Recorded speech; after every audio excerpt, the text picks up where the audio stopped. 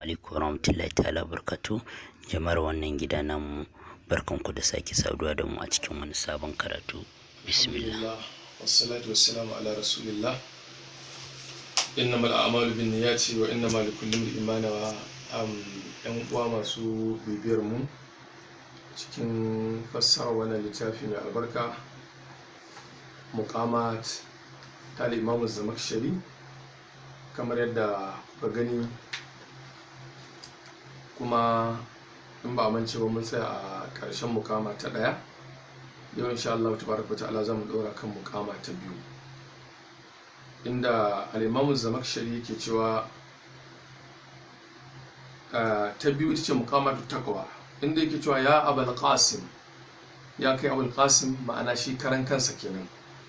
Al-umru qasirun, rayuwa gajere ne, wa ila Allah al-masir, zuwa ga Allah makoma yake.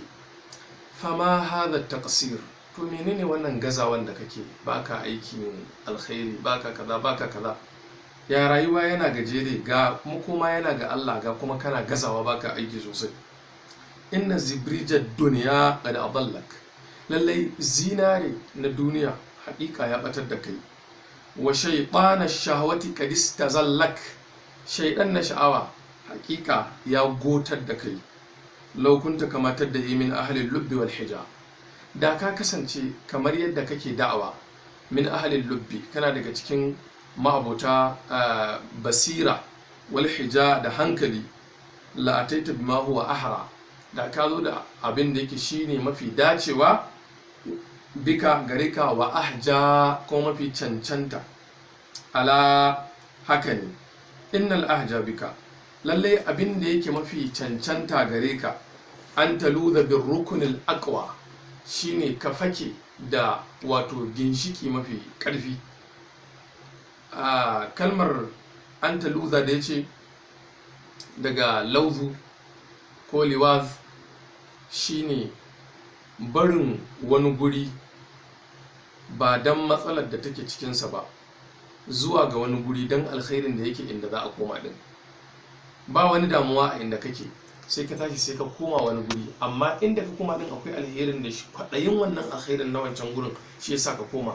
To wannan shine abin da ake ce masa wato liwaz. Kamar iyad, shi kuma ka bar inda ka bari abin tsoro ne a gurin, ko da inda ka koma babu abin alherin da kake kwaɗayi. To wannan shine iyad, shine a'udhu billahi minash shaitanir rajim. At-turuqu shatta, hanyoyi suna da yawa, daban-daban ne, shatta daban-daban ne. Faktar minha manhajan, ka zaɓi manhaji daga cikinsu ya hadika da zai shirya da kai. Wala takhdu kadamaka, kar ka sake kafafuwanka su yi taku fi madillatin, a cikin jeji, turdika, jejin da za ta halakar da kai. Aljaddatu bayyina, hanya ta daidai a fili take, bayyananniya ce. Wal mahajjatu, faffadar hanya, nayyira, mai haske ce, gata nan kowa yana gani. Wal hujjatu muttadiha, hujja kuma ta bayyana ita ma. Wa shubhatu muftadiha, shubha ita ma ta yayu, ta kunyatu, ta fito fili. Wa wujuhud dilala ko wujuhud dalala, fusaku na wato dalili. Wadda'un, mai haske ne. Wani zai ce to wujuhu ai jami'i ne na wajuhu na gairul aqil, dan haka tunda in an tashi bashi siffan mu'annasa ake bashi, ma'ana kamata ya ce wujuhu dilalati wadda'atun, sai aka ce wadda'un. to dan bada amsa ga wannan sai in ce hakan ya halatta. Akwai ire-iren su alqur'ani, a faɗi abu mu'annasi amma a bashi siffan muzakkara. Kamar faɗin Allah subhanahu wataala inda yake cewa anzalna minas sama'i ma'an tahura, sai ce linuhyiya bihi baldatan maitan wa nusqiyahu mimma khalaqna an'aman wa anasiya kaseera. Mahallu shahid baldatan, sai Allah ya ce maitan, bai ce maitatan ba. Da irin su alqur'ani da yawa. Haka akwai inda Allah ya ce as-sama'u munfatirun bih, inda a larabcin ka ne sai ka ce as-sama'u munfatiratun, saboda as-sama mu'annatha ce, kamata ya zama munfatira. Haka kuma Aisha yana faɗa a cikin diwaninsa, yana cewa ara rajulan minkum asifan ka annama yadhummu ila kashaihi kaffan mukhabbaba, kaga kaffan mu'annatha ce amma ce mukhabbaban ya bata siffa ta muzakkar. haka Allah subhanahu wataala yana cewa inna rahmatallahi qaribun minal muhsinin. inna rahma mu'annatha ce amma Allah ce qaribun minal muhsinin ba qaribatun ba.